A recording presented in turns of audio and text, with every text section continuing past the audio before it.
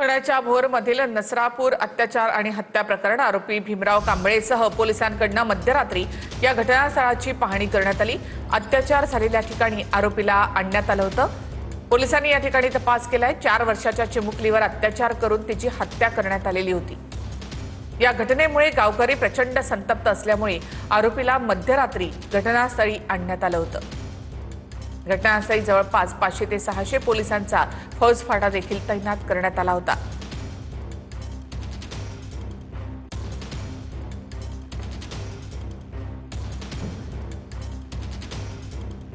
नसरापूर अत्याचार आणि हत्या प्रकरणामध्ये आरोपीला घटनास्थळी आणत पोलिसांनी तपास केलेला आहे।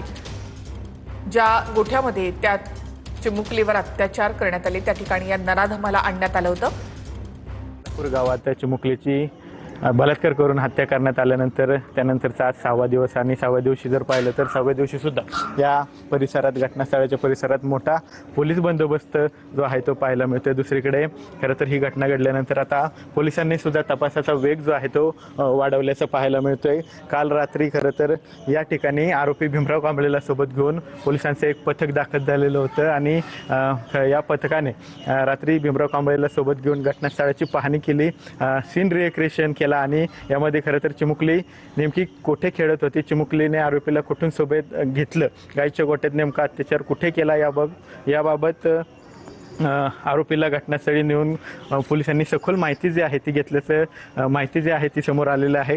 500 ते 600 पोलिसांचा फौजफाटा मध्यरात्री या ठिकाणी दाखल झाला आणि संपूर्ण घटनेची माहिती जी आहे ती आरोपीला या घटनास्थळी आणून पोलिसांनी घेतल्याचं पाहायला मिळते। कॅमेरा पर्सन तुषार सने सह विनय जगताप, TV9 मराठी, भोर, पुणे।